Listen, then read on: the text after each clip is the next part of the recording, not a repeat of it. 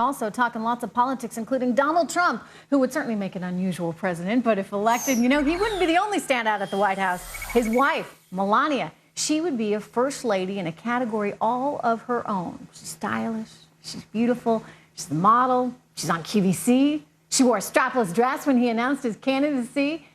She would also be just the second first lady born outside the U.S. She was actually born in Slovenia, and the first to pose nude and the first to be a third wife. And oh, she speaks 4 languages. Kind of neat. All right, so she begins to hit the campaign trail this month. Is Melania Trump an asset to the Donald? I am asking the host of Fox News' Media Buzz, Howard Kurtz. Howie, good to have you here. What do you think? Well, I was going to come on with the information that she'd be the first to pose nude, but you've obviously carefully researched this subject.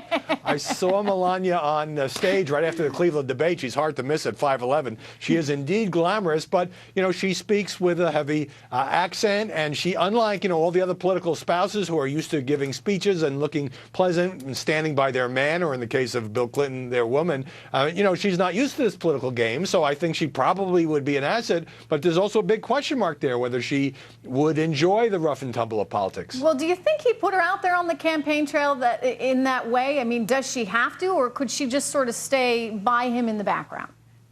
Does she have to? In this voracious media environment, we demand to hear from Melania. And Trump said in an interview the other day that both she and his kids will be willing to go out and stump for him. You know, unusual situations, obviously, since Donald Trump has made such an issue and so many political waves talking about the issue of illegal immigration. Now, Melania, in a different situation, he says that she went through a long process to become a legal citizen of the U.S. and, of course, his third wife. But it does provide a human dimension, and that question will obviously come up.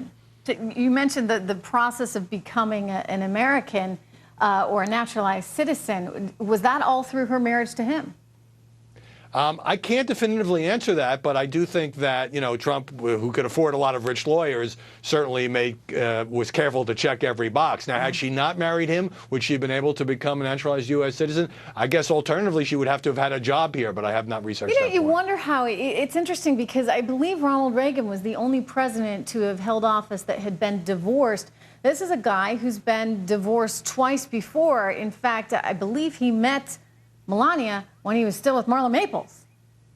And he met Marla Maples when he's still with Ivana, to put it delicately. I asked Trump about this when I had a chance to sit down and interview him. I said, you know, these marriages, the affairs, does this make you a very good role model? And he kind of deflected the question. As the reason we're focusing on Melania now is before the brilliant pundits, most of them said, this guy's a summer fling, he's a sideshow, he's a clown, we don't need to take him seriously. Well, his staying power in the polls, Trish, shows that he has a shot, certainly, at winning the White House, and therefore we're talking about her as First Lady, and that's why I think now the scrutiny will shift not only more into Donald Trump's record, but to his wife, and these kinds of questions will have to be answered. Family. Howie, thank you so much. We look forward to watching your show this weekend. I want to remind everyone we are watching this sell-off for you now on the street as the market is off 302 points. You can see we're at lows of the session. A lot of jitters out there. We're going to talk about them right after this.